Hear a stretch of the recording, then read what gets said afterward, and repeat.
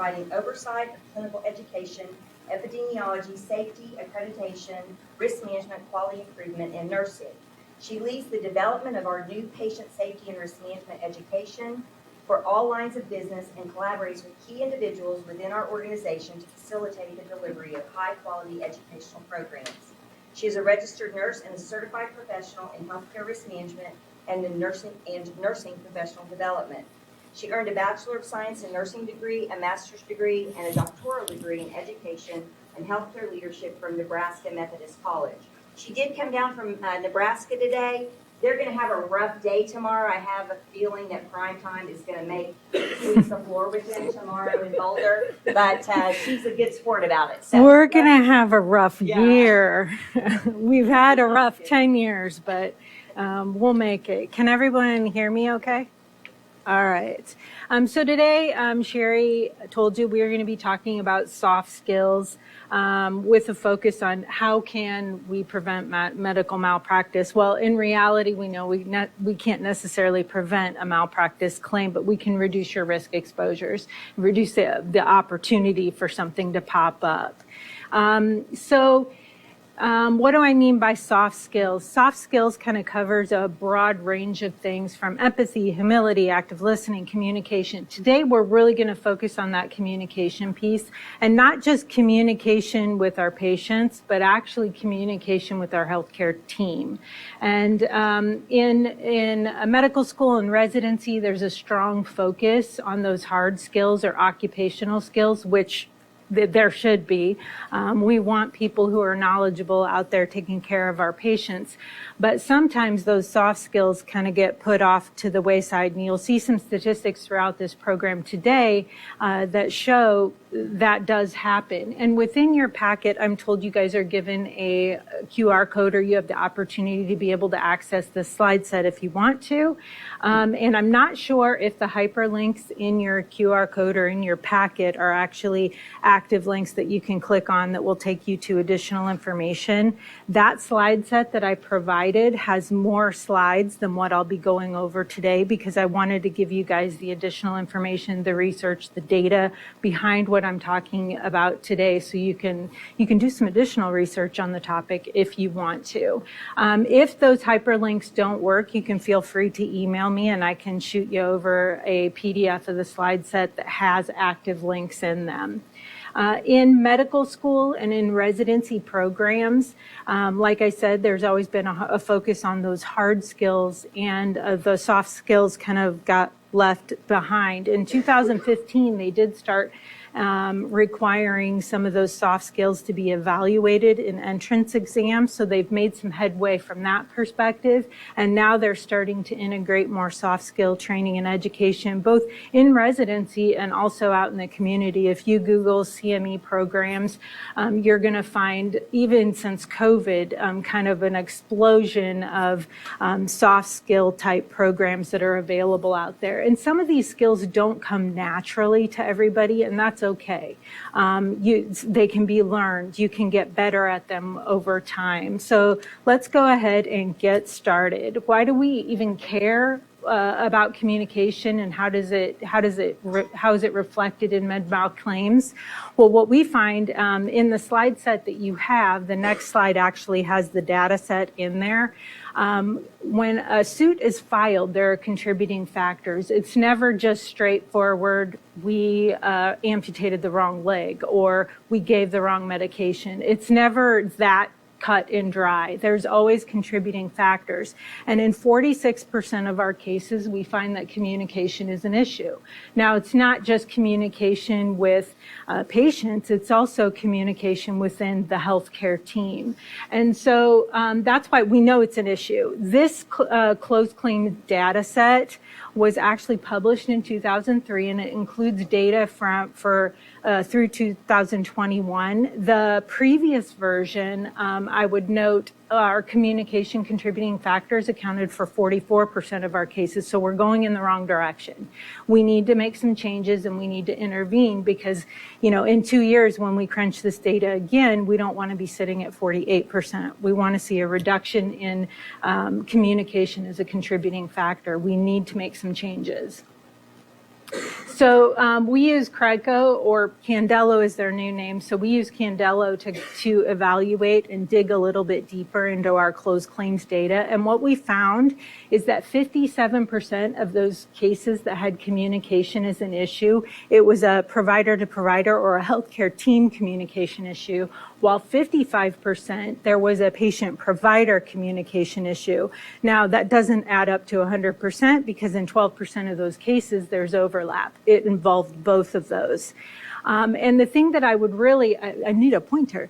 The thing that I would really point out on this slide, because it's pretty close to an even split. We see issues on both sides of the fence, but in our healthcare team communication issues one, that accounts for 73% of our total incurred losses. That's significant.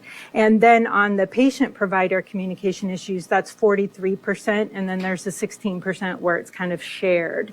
Now, the communication issues among team members that I'm talking about might be things like critical test results aren't communicated, or a treatment plan isn't shared with the entire team. So it's communication issues, communication breakdown issues among the healthcare team members. While with the provider-patient communication issues, it typically has to do with health literacy. Whatever was shared with the patient wasn't shared in a way that they fully understood, or that that was executed in a way that the patient could follow through with instructions. So we see they're both issues, but today I'm really going to focus on that team communication issue.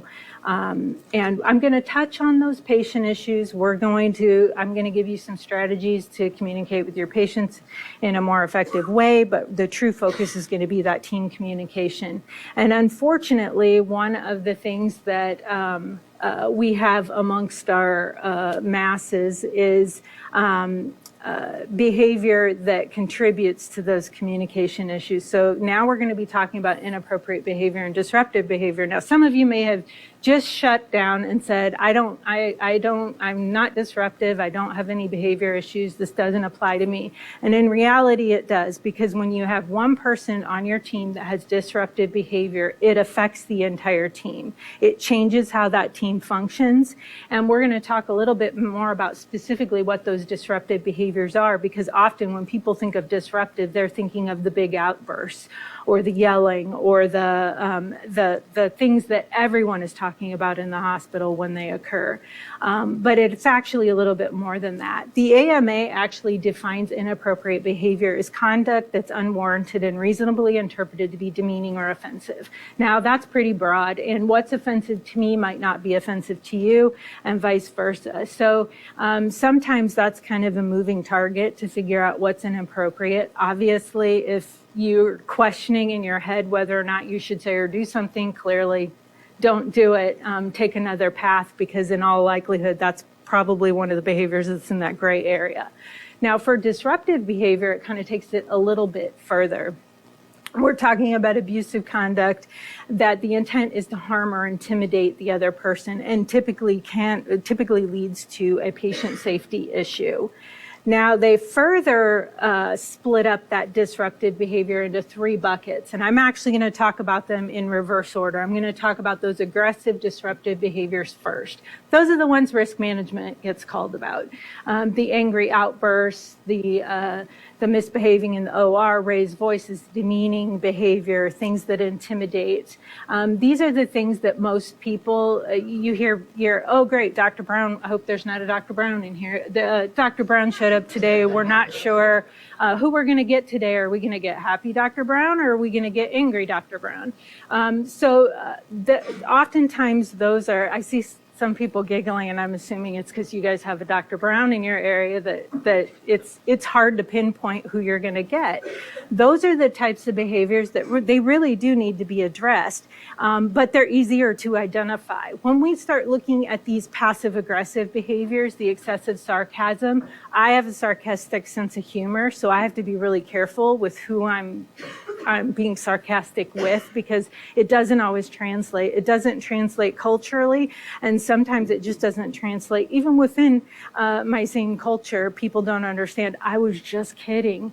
And especially when you're talking about patient care and you're talking specifically about a patient, kind of set that sense of humor, or that coping. I use my sense of humor as a coping mechanism. When I get stressed out, I'll make jokes. Sometimes they're sarcastic jokes. In a stressful situation, if that's your way of dealing with things, make sure you're setting that sarcasm to the side, because we want to make sure that our communication is very clear, especially when we're talking about patient care. We don't want to leave something open to interpretation and assume whoever the listener is knows exactly what you're talking about. There's also implied threats is another thing to consider. Now, these aren't going to be over you're physically going to harm someone. It might be I understand what policy is, but this is what I want you to do. And there may be an intimidation factor there where an employee feels like, okay, I have to do this because I have to keep my job. If I don't follow orders, or if I don't follow this specific process, there's going to be personal implications for me. So that's what we're talking about for implied threats. They might not just be outright, you're going to get fired if you don't do this. Refusal to complete tasks, or condescending language or tone. The passive disruptive behaviors are those that are insidious. Those are the ones that, as a risk manager, really concern me, because I know people are telling me about these aggressive ones over here, but these passive ones are ones that just kind of inch their way in. Incomplete charting. Well, how does that affect me? I complete my charting every single time. But if you have a colleague that's late to chart and doesn't get their charting in, they're affecting your ability to see the whole patient picture. And so these types of behaviors can and will affect you at some point in your career. Avoidance is another one. Failure to answer calls. If you ask nurses, that's one that really concerns them, is when they call someone, they're calling because they have a reason to call. They're unsure, or they need something from you. Frequent absences, chronic tardiness, getting behind. We've all gotten behind. From an administrative perspective, we know some of these things are not within your control, but if you bring them to attention to administration, hopefully they'll work with you to try to work on if you're getting behind because you have too many patients on your schedule, your acuity is increasing, so you have to spend more time with your patients. Those are things that can be resolved, but they are considered a disruptive behavior. We also have, I'm gonna put a pin in that. I'll talk about that in a minute. Our best estimate is that about 3 to 5% of our physician population has disruptive behavior. That's not a lot. If we look around, 3 to 5% of us, that's not a whole heck of a lot of people. But the impact, again, has a wave effect. So just because it may not be you, it doesn't mean you're not going to be affected by it. It doesn't mean you're not going to be named in a lawsuit that involved a disruptive provider. And you don't want to be put in that position. And so we'll talk in a few minutes about some things that you can do to protect yourself when you have one of those people on your healthcare team. And keep in mind, it's not just physicians. You can have staff members, nurses, nursing assistants. Disruptive behavior can affect everyone, and it also applies to everyone. So administratively, when we are looking to hire someone, there are a few red flags that we look for in credentialing files. And these are some of them. Now, in them, each item in itself may not be an issue.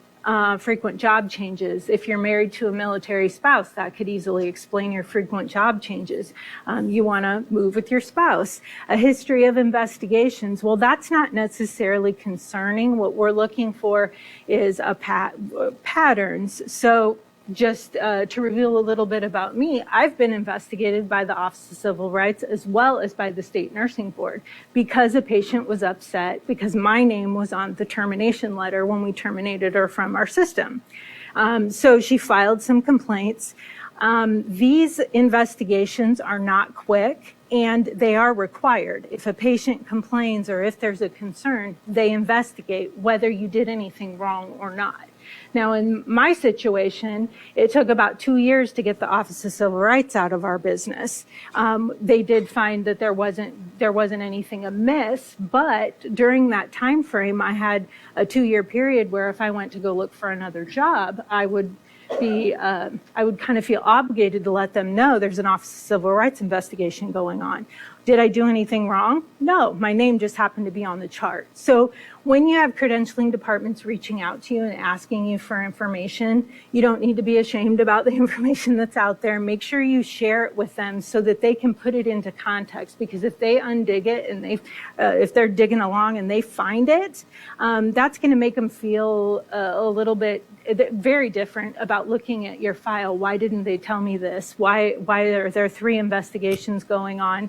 And how come it wasn't included in this application? If you are ever in a position where you are helping to decide if you're going to onboard someone and you want to bring on some new physicians, I would encourage you to connect with your credentialing department and ask them, what are some red flags I should be looking for? And if you ever have any kind of pit in your gut and you want additional information, don't be afraid to ask.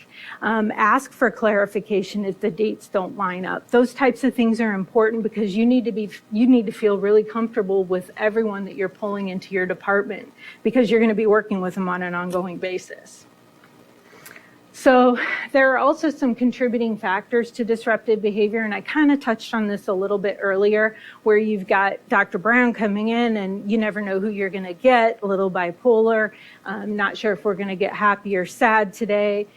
In some cases, there are legitimate mental health issues that need to be addressed. These are fixable for the most part, but sometimes the people who are this 2 to 3% that are in this bucket, they might not realize that the behavior or whatever they're doing is impacting how you do your work. There are also personal issues that can come into play, and oftentimes what we see is if somebody has a concerning report or they have they're exhibiting disruptive behavior, if it's like episodic, sometimes there's something going on in their personal life that's an additional stress and they're not coping as well as they normally do. The family issues might be happy stuff. You might have just brought a baby home. That's going to mess everybody's schedule up. It's going to change how you communicate. You're not getting as much sleep. It could be a wedding, legal issues. Maybe you were named in a medical malpractice lawsuit. Even if standard of care was met and your attorney tells you this is not going to go anywhere, it still plays with your mind. You're going to be thinking about that case all the time. You're going to be thinking about, well, I should have done this, or next time I would do this, or how come this didn't happen? And it's going to be a constant in your mind. And medical malpractice cases can sometimes last several years. So that's going to be looming in your head. And heaven forbid you get 2 filed against you, because then you start to question even why you chose medicine at that point. Burnout is something that you guys are going to talk about a little bit later. COVID really affected burnout in the healthcare profession across the board. We're seeing doctors and nurses leave the profession. They're reducing their hours. They're looking for alternative ways to practice so they don't have to get in that situation again where they're working day in and day out. And it's easy to do. And even now, what I'm seeing, at least from a nursing perspective, is they put all of these incentives out there, mostly financial incentives, to get people to pick up extra shifts. And now they're wanting to hospitals are needing to take back those incentives and cancel those incentives because they can't afford them anymore. But nurses won't pick up these extra shifts because, they've tasted the extra money and they want to keep it. And so but they're burning themselves out in the process. Physical health is another factor. When I was with the health system, I would see physicians, one in particular who had MS, and we had to keep constant tabs on this provider, not because they weren't a great provider. They were very skilled in what they did. The problem was when his disease process progressed, we had behavior issues pop up, and those needed to be addressed. He needed to go on leave until we could get those resolved. And financial problems are another one. But I don't want to glaze over the substance abuse and use one on this slide. Now, not everyone who has disruptive behavior is a substance abuser, and not everyone who uses substances moves into that disruptive behavior bucket. But there are some people who take medications, they're legally prescribed, they're taking the medications, and it alters something in their personality, it alters something, how they communicate. A good example would be sometimes fertility drugs will alter your ability to manage stress, make you a little short-tempered. Not everybody, but it can happen, and it's important to make sure that you understand, especially if this disruptive behavior is just out of the blue. Someone needs to reach out to that person and try to figure out what the issue is so it doesn't progress to a constant or a normal state of being for them. The Joint Commission has published several documents about disruptive behavior. Obviously, it fosters medical malpractice, medical errors. It decreases patient satisfaction. One of the data slides that I've included in your packet includes a study where 9% of physicians accounted for 50% of the complaints. And so if we can address those 9% of the physicians and help foster their communication skills and get them to a better point, we're going to decrease our patient complaint volume significantly. It increases preventable adverse events. So on this slide, what I've done is I've actually added patients to this one. The research shows that if you have a disruptive patient, either on your unit or in your practice, or a disruptive healthcare team member, doesn't matter who it is, there's a 42% chance, more likely chance that you're going to make a diagnostic or a diagnosis error. It's going to decrease performance across the board. There's an 11 to 14% higher chance that there's going to be a medical complication. And this last one, almost a 32% more likelihood you're going to have a complication risk with that patient. And I would say if there are behavioral reports on file. Now, so in a few minutes, we're going to be talking about some reporting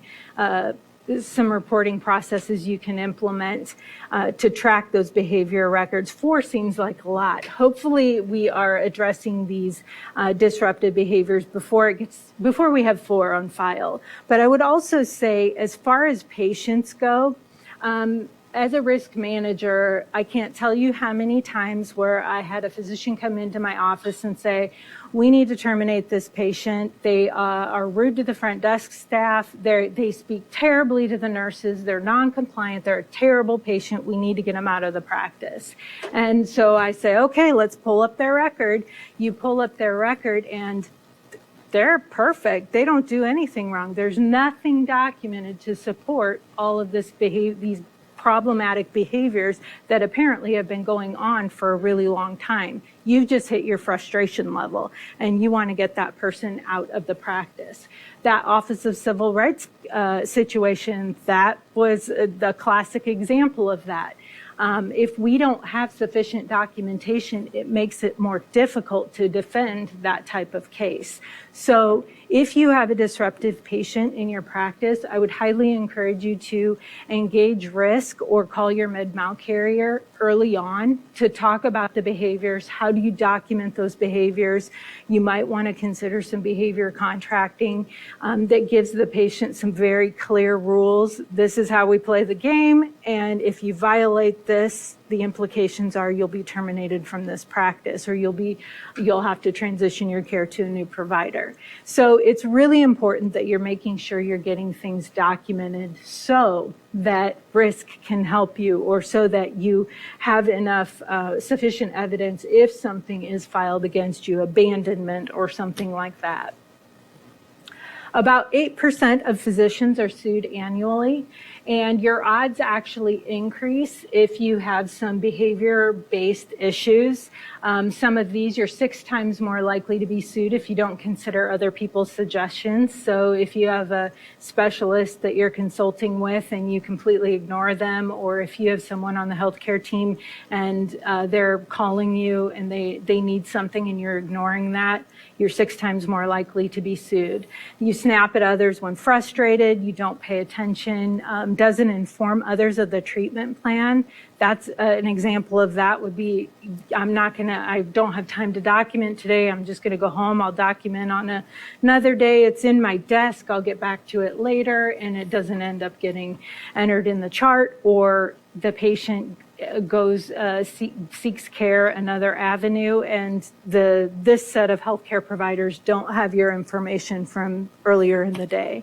And then talking down to others is another factor that will increase the likelihood that you will be sued. So personally, I have to do a time check real quick. All right. I'm a storyteller when I present, so I always have to make sure I'm not going down a path I shouldn't at the wrong time. So early on in my nursing career, I had been a licensed nurse for 2 years. I showed up for work, all ready to go during a snowstorm, to find out that no one else showed up.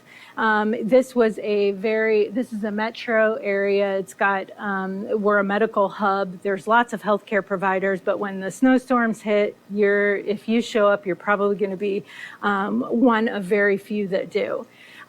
So I showed up. They were trying to be really creative with staffing. With 2 years of experience, I was the senior nurse on the floor.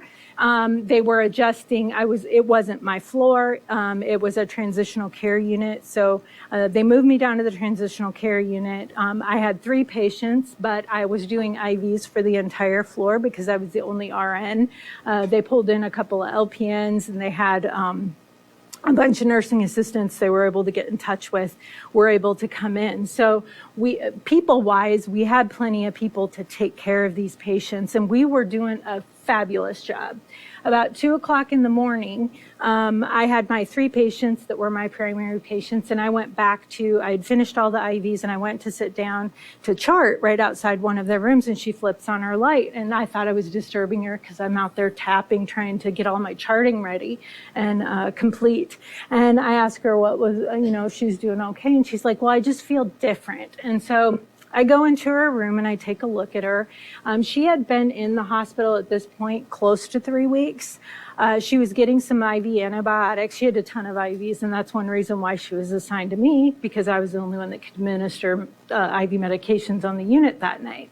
And when she was originally admitted, she was admitted for some cardiac reasons.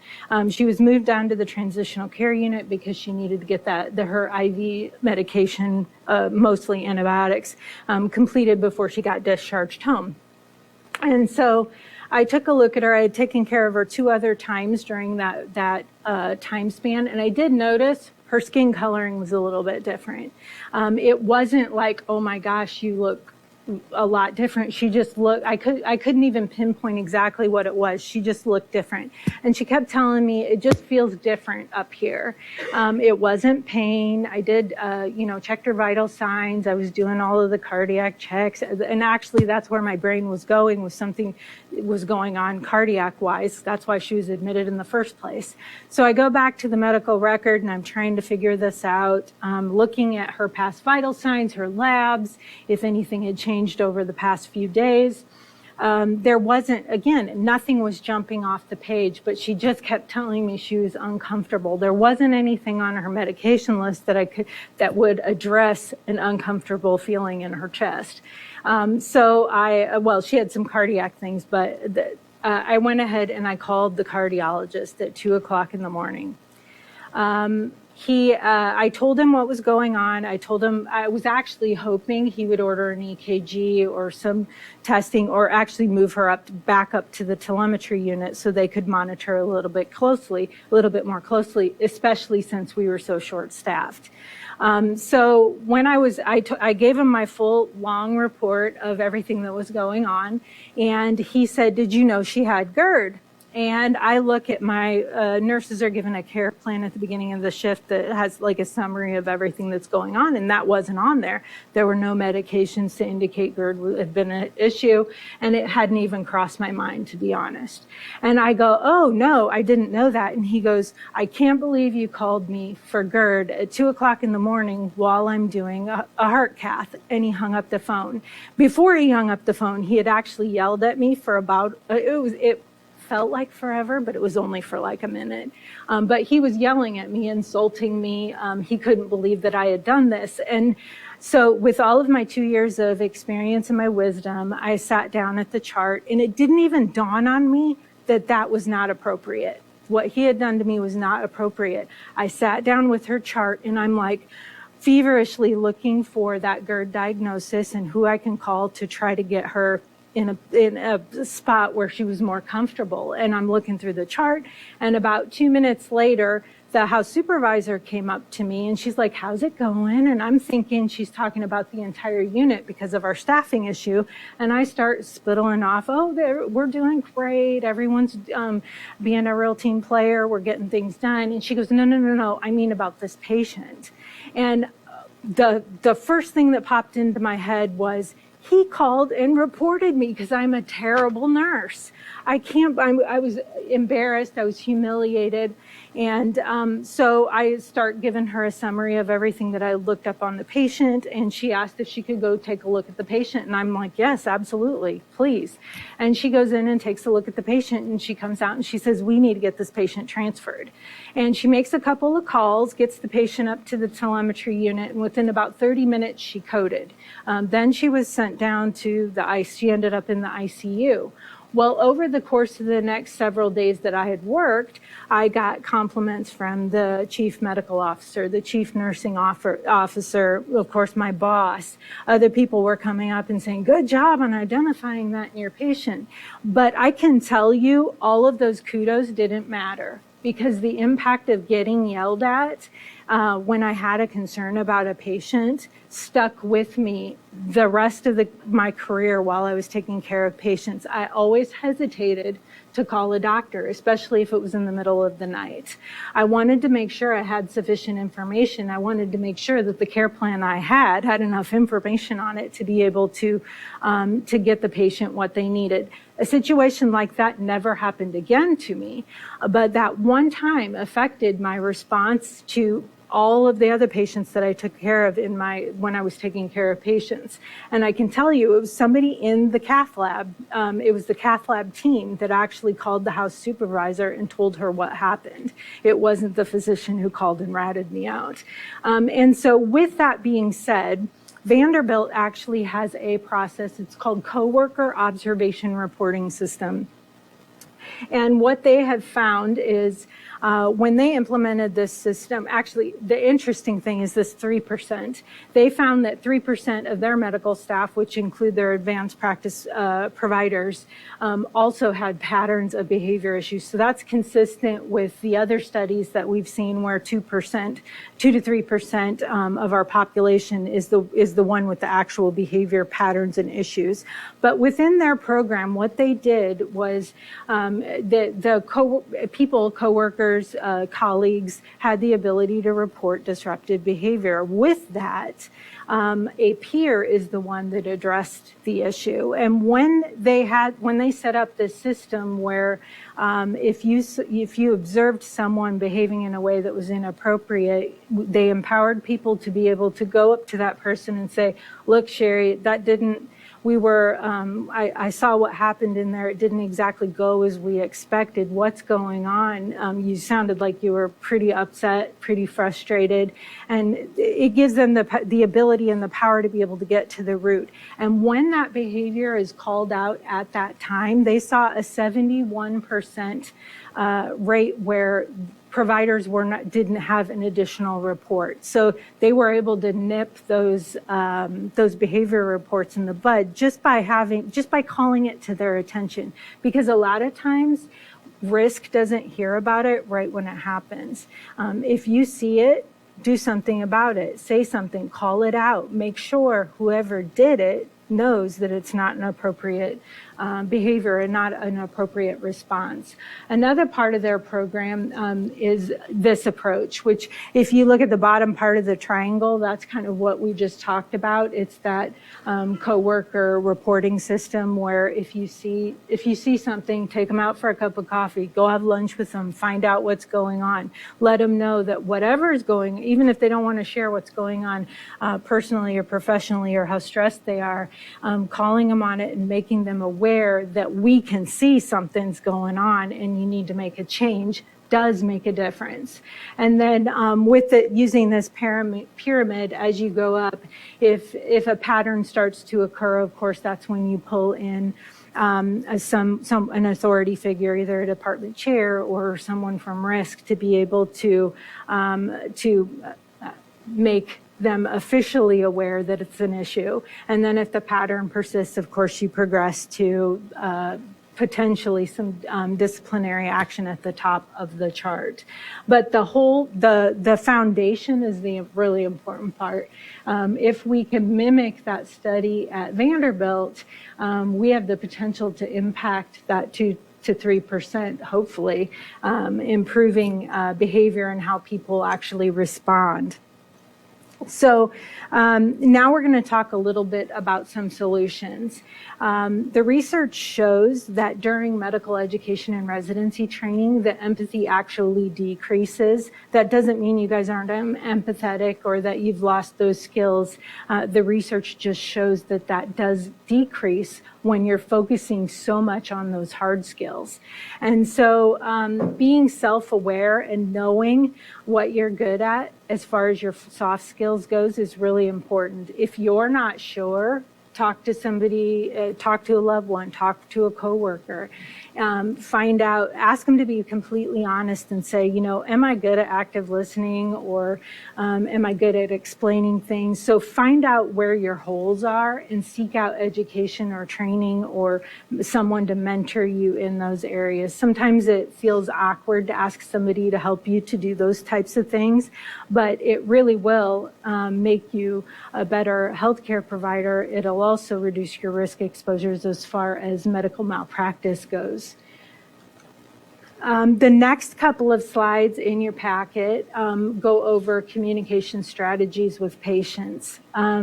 We're familiar and comfortable with the healthcare environment, but when we have a patient come into our setting, they may be ambivalent, they may have never seen a doctor before, never had a surgery before, and so there's a lot of anxieties that sometimes, since we are so comfortable, we kind of forget about, or they might have some sensitivities that to us is no big deal. You walk into a room and a patient has a patient gown and you can see everything on the back end. Well, for you, it's no big deal. You've seen a lot of those, and it one way or another, it doesn't bother you, but that can really impact the patient. It can embarrass them, humiliate them, and so it's really important to put yourself in their shoes. How would they feel? Somebody who's not familiar with the healthcare environment, and communicate with them in a way that's appropriate for them. One of the challenges I have when I go into a doctor's office, either with my mom and dad or for myself, is if they find out I'm a nurse and that I'm old and that I've been a nurse for a really long time, sometimes they talk above me. It's been a long time since I've taken care of an actual patient, so sometimes they'll start talking about very specific lab values and how the mechanism of how a medication works. And it's been so long since I've played with that type of information that I have to have them dial it back. So make sure that when you are talking to your patient, don't ever assume they either know something or that they don't know something.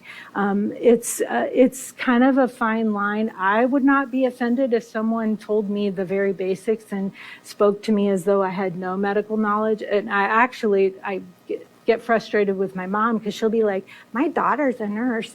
And then they talk to you a little bit differently.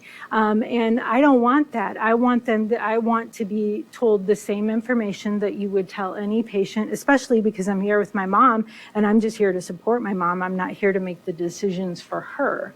And so just make sure you know there are patients who have clinical knowledge and they do want you to speak to them in a certain way. Field them for that. Talk to them in the way that works best for them.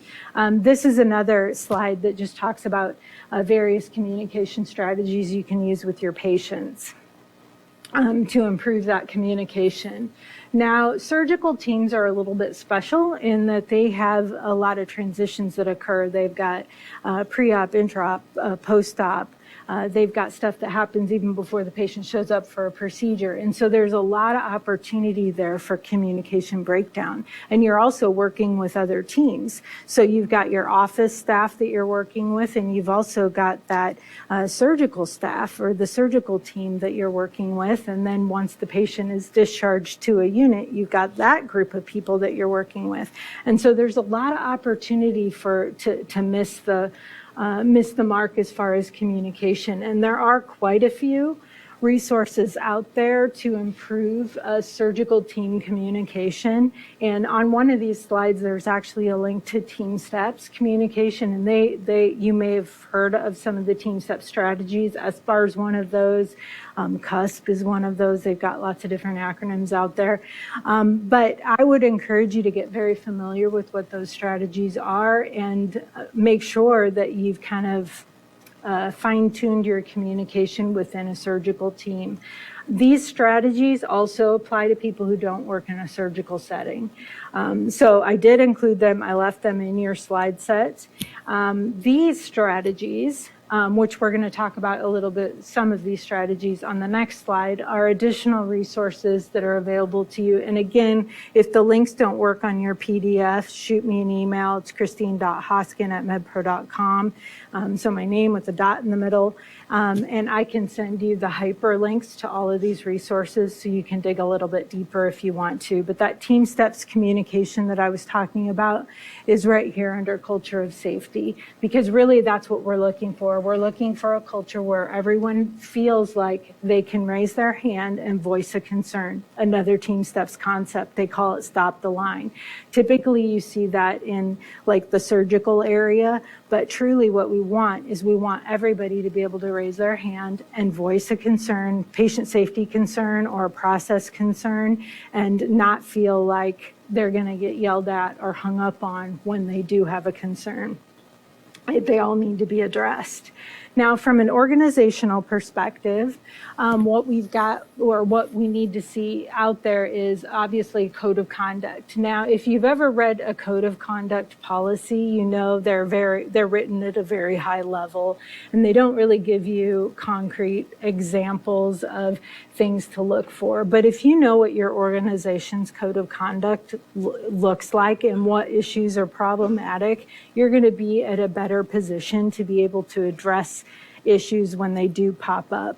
Part of the policy and procedures should be something about addressing disruptive behavior. How does it happen? You need to check with your organization to see, do they have a reporting process? Do you go to your department chair? Do you go to risk? Do you enter it into a database somewhere? So familiarize yourself with what the policy and procedures are, and keep in mind that the process might be different for physicians than it is for staff.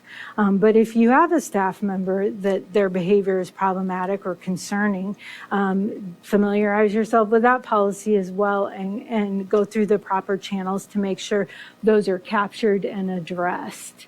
Most organizations have a medical executive committee, and hopefully they have leadership support in reporting disruptive conduct. Occasionally, we see organizations where the disruptive provider might be on that committee. And so that gets a little bit challenging, and that also corrupts culture a little bit, or quite a bit.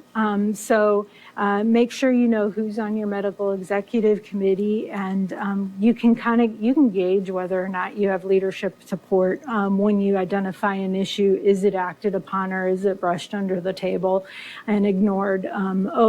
That physician is a really high producer, so typically nothing ever happens to them. They do a ton of surgeries, they make a lot of money for the organization, and it's ignored. I've worked in organizations like that where behavior is dismissed because they are a high producer, high volume provider, which is quite unfortunate.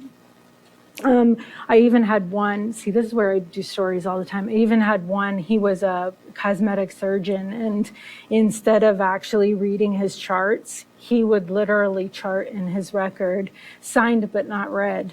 On everything, and there wasn't anything that we could do, no strategy, risk tried to get this healthcare provider, this physician, to change his ways.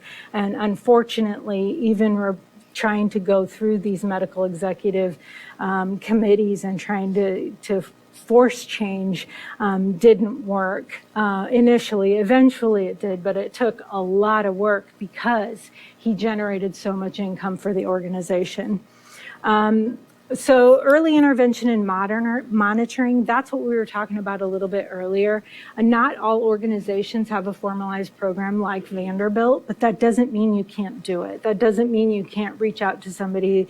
If you see a concerning behavior, reach out to them, let them know you saw it. It might be an isolated incident and nothing ever happens again in the future. And if so, you did a great job. That's exactly what we want to see happen. Call out the behavior, talk about it, and hopefully they can self-regulate and change their behavior before they get stuck in that 2 to 3% bucket.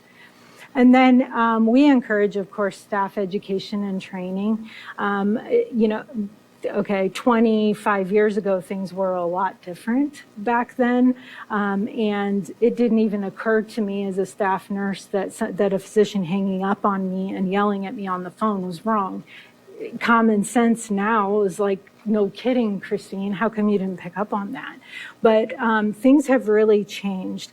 Now, if that happened to me, I probably wouldn't react in the same way. I would have made an additional call right away. But we need to make sure that staff, and whether you're consider physician staff, advanced practice providers, the hospital staff, everyone needs to be educated on what's okay and what's not, and what is the reporting process that needs to be followed when these situations occur. And of course, team training always helps. If you have a cohesive team and you all know each other, it's a whole lot easier to pick up on the changes in behavior. It's a lot harder when you're working with different team every single time and you're like, oh, is Dr. Brown always that way? And sometimes you're not comfortable actually saying it or coming out and pointing it out, especially if you're the new kid on the block. But really, everybody needs to be empowered and everybody needs to have some form of training and be familiar with the policies and the processes and the chains of command. We need to make sure that our handoff procedures are really tight. They're in place and that everybody's doing it. I know people get frustrated when someone from administration says, we've got to standardize this. The reason why we push standardization is because we need to make sure everybody knows what to expect and everybody is doing things the same, so that when you are searching for information in the medical record, or you're searching or you're doing a procedure, we need to make sure that everything is getting checked off and everything is being done in the same way, so that we don't get in a situation where, whoops, we forgot to check the right site for surgery, or we forgot to, no one told me about this medication that was changed on the patient record. So it's really important to know if your organization does have a specific handoff process that you are following it. And I know within a lot lot of EMRs, there are usually designated areas for to document certain things. As annoying as it is and as non-intuitive as it may seem to you where they decide things go, it's really important that you stick with that, because if you were in a position where you were searching for a specific piece of information and you know it's supposed to go here, then it actually benefits you when that occurs. And then ideally, organizations should be publishing culture of safety surveys. Those culture of safety surveys typically, well, it depends on where you're at. Some do them about every 3 years. And the reason why you could do a culture of safety survey every year, but culture is one of those things that it's very slow to change. So if you did a culture of safety survey every single year, the movement on things is probably not going to show you a lot. But when those surveys are done, what you want, a healthy organization is actually going to make progress based on what their culture of safety survey said. Typically, there are questions about, depending on where you're coming, there are several surveys. One might be geared towards physicians, one might be geared towards nurses, but the root is to figure out where those culture issues are. And I can tell you, when you are in an organization, if you're ever in a leadership role and you're looking to dig or to learn more about some of those culture issues that could really make a difference, I would encourage you to reach out to your nurses. In one of the slide sets that's included in this survey, one of the things that popped out was nurses were really able to identify those process issues or organizational level issues that contribute to communication errors, because they're taking care of the patient. They see the patient through the entire process, whereas a physician comes in and they're involved in the care and they're overseeing the care, but then they have to go to another patient or they have to go back to the office practice, whereas the nurse kind of sees the whole picture. So involve them, and they can usually give you a really good idea on how healthy the culture is within your organization.